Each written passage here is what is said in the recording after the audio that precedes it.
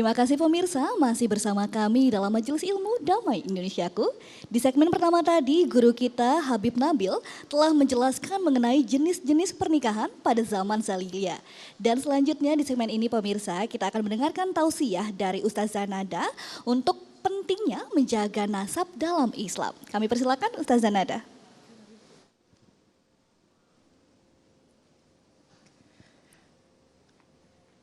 Bismillahirrahmanirrahim.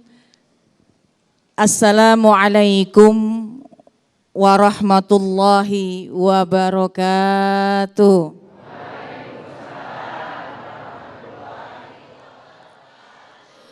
Alhamdulillah. Alhamdulillahilladzi an'ama alaina bini'matil iman wal islam. Wassalatu wassalamu ala sayyidina Muhammadin wa ala alihi wa ashabihi ajma'in amma ba'du. Subhanaka la ilma lana illa ma'allamtana innaka antal alimul hakim. Rabbi syrah li sadri wa yassir li amri wahlul uqdatam min lisani yafqahu qawli. Sadaqallahul adzim. Yang sama-sama kita cintai dan yang kita muliakan para guru-guru yang alhamdulillah sudah hadir bersama kita. Wabil khusus yang tercinta, yang mulia Habibana, kita doakan beliau selalu dalam penjagaan terbaik dari Allah Subhanahu wa taala. Guru kita Al-Mukarram wal Muhtaram Bapak Kiai Haji Khalil Nafis pun juga kita doakan mudah-mudahan beliau selalu dalam penjagaan terbaik dari Allah Subhanahu wa taala. Para alim ulama, para asatizat, para guru-guru juga yang sama-sama kita hormati, Mas Sofyan dan Kak Amel, terima kasih. Alhamdulillah, hari ini kita membahas terkait perkara urusan perempuan. Ibu sehat, Bapak sehat, badannya sehat, kantongnya sehat. Alhamdulillah, kelihatan kantongnya sehat-sehat semuanya. Alhamdulillah, poliandri. Ya, di dalam Islam semua diatur begitu terperinci. Jelas, meskipun ada beberapa perkara yang sekira-kiranya kita berpikirnya kok ini enggak adil, mohon maaf, laki-laki diperbolehkan poligami, kenapa perempuan enggak boleh Padahal kalau saja kita memahami apa yang Allah firmankan dalam Al-Quran, asa antakrahu syai'an wa huwa khairul lakum, wa asa antuhibbu syai'an wa huwa syarrul lakum. Bisa jadi yang kita benci itu terbaik buat kita. Dan bahkan sebaliknya. Jadi oleh karena itu kita harus berbaik sangka dengan semua aturan-aturan di dalam Islam. Yang melarang, mengharamkan perempuan lebih dari satu punya suami dalam waktu yang bersamaan. Itu namanya poli. Tapi kalau misalnya punya 3 karena sudah meninggal boleh apa enggak? Punya 2 karena suami yang pertama sudah wafat boleh apa enggak? Boleh.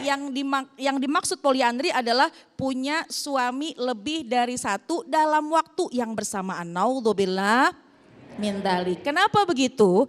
Tadi sudah sedikit disinggung oleh guru kita Habibana bahwa hikmahnya. Kenapa sih di dalam Islam itu poliandri sangat dilarang? Karena Islam sangat menjaga yang namanya kemurnian garis keturunan. Ya, karena kalau murni maka semua akan mudah. Tapi kalau sudah kecampuran sesuatu yang memang masih diragukan, ini sangat berpengaruh. Kepada apa? 1, hak asuh atau hak merawat. Atau yang kedua terkait dengan haknya wali, haknya waris, haknya nafkah. Atau bahkan terkait dengan hukum mahram. Harus jelas ini garis keturunannya. Bisa jadi seseorang dilarang menikah dengan fulan. Fulan dilarang menikah dengan fulan. Itu semua harus jelas garis keturunannya. Jadi hikmah yang sangat besar adalah kenapa dilarang yang namanya poliandri. Karena betul sesungguhnya ingin jelas kemurnian dari garis keturunan. Jamaah sekalian, di dalam Islam, kalau saja kita sedikit meneliti, kalau saja kita sedikit jeli dengan hukum terkait dengan kaum perempuan. Wahai perempuan, ada di sini? Masih melek? Masih semangat? Alhamdulillah. Kenapa sih nggak boleh yang namanya poliandri?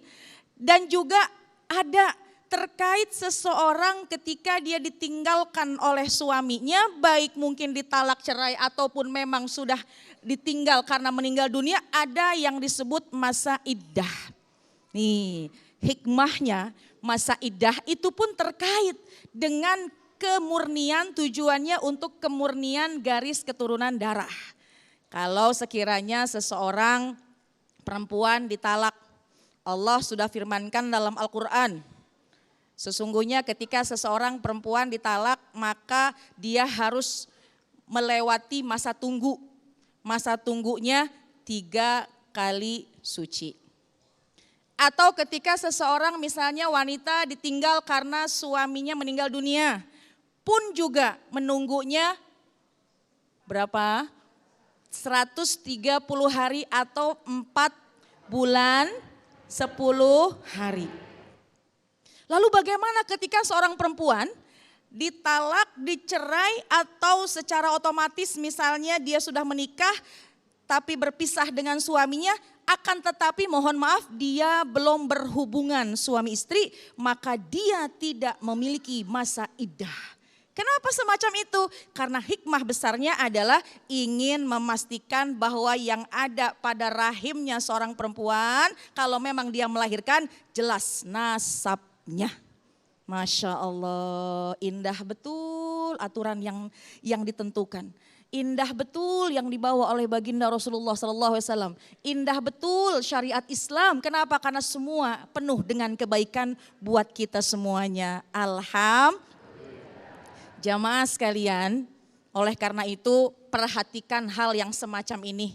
Tadi juga guru kita Habibana sudah menyinggung, jangan ikut-ikut karena zaman modern lagi yang namanya rame. Keren, pokoknya kalau mohon maaf perempuan poliandri. Katakanlah ketika kita menjalankan syariat, kita mengikuti apa yang sudah dibawa, diajarkan oleh baginda Rasulullah SAW, pastilah semua penuh dengan kebaikan buat kita semuanya. Alhamdulillah. Oleh karena itu, wahai wanita, wahai perempuan, udahlah perhatiin aja yang ada atuh udah disyukurin. Ibu yang di sini punya berapa? Alhamdulillah, dah syukurin aja, udah nikmatin aja. Mau bagaimana juga itu istilahnya kalau kata orang Depok, mau gimana bentuknya, mau bagaimana rupanya, mau bagaimana bahasanya. Kalau dulu ngelihat suami kayaknya ganteng banget. Kalau sekarang masih ganteng, alhamdulillah. Tetap kita bersyukur kepada Allah. Nikmati semua prosesnya. Kenapa? Karena perempuan ini sesungguhnya kalau bersyukur kepada Allah, menjalankan semuanya gampang masuk surga.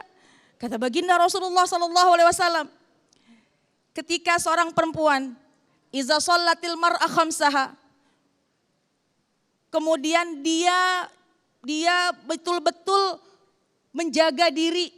Pertama, iza shallatil mar'a khamsaha wa shamat syahraha wa hafizat farjaha wa ata'at zaujaha. Ketika seorang perempuan pertama nih, dia sholat 5 waktu. Alhamdulillah wajah-wajah yang hadir di sini wanita-wanita solihah. Sholatnya enggak pernah tinggal. Cuma sholat subuhnya jam berapa kira-kira ya? Oh, insya Allah salatnya tepat di awal waktu, alhamdulillah.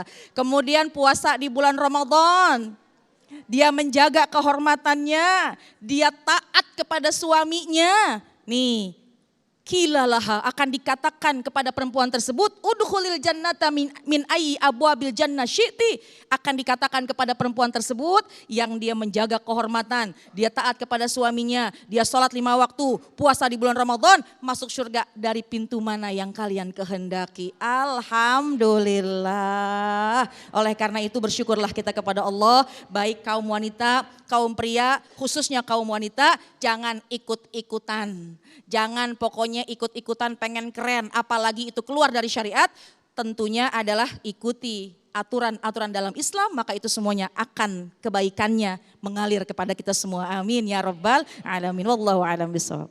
Baik, terima kasih Ustazah Qatrun Nada yang telah memberikan penjelasan kepada kita semuanya. Betapa luar biasanya, begitu indahnya Al-Quran, Islam memberikan peraturan. Sehingga apa yang telah dibenarkan oleh Rasulullah SAW itu insya Allah membawa kebaikan bagi kita semuanya.